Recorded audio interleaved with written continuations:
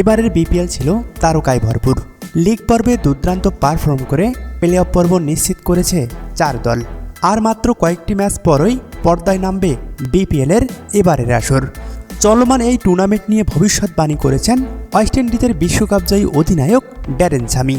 Play অফকে সামনে রেখে Darren Sammy জানিয়েছেন বিপিএলের শিরোপা জিতবে কারা, একই সঙ্গে টুর্নামেন্টের সেরা খেলোয়াড়, সর্বোচ্চ ছক্কা এবং সবচেয়ে বেশি উইকেট শিকারী কে হবেন সেটিও জানিয়ে দিয়েছেন তিনি। বিশ্বকাপজয়ী ড্যারেন স্যামির মতে টুর্নামেন্ট শেষে চলমান বিপিএলের সর্বোচ্চ ছক্কা হাঁকানোর তালিকায় শীর্ষে থাকবেন কুমিল্লা ভিক্টোরিয়ান্সের তাওহিদ হৃদয়, আর সর্বোচ্চ উইকেট শিকারী হবেন রংপুর রাইডার্সের সাকিব আল হাসান অথবা শেখ মেহেদী হাসান।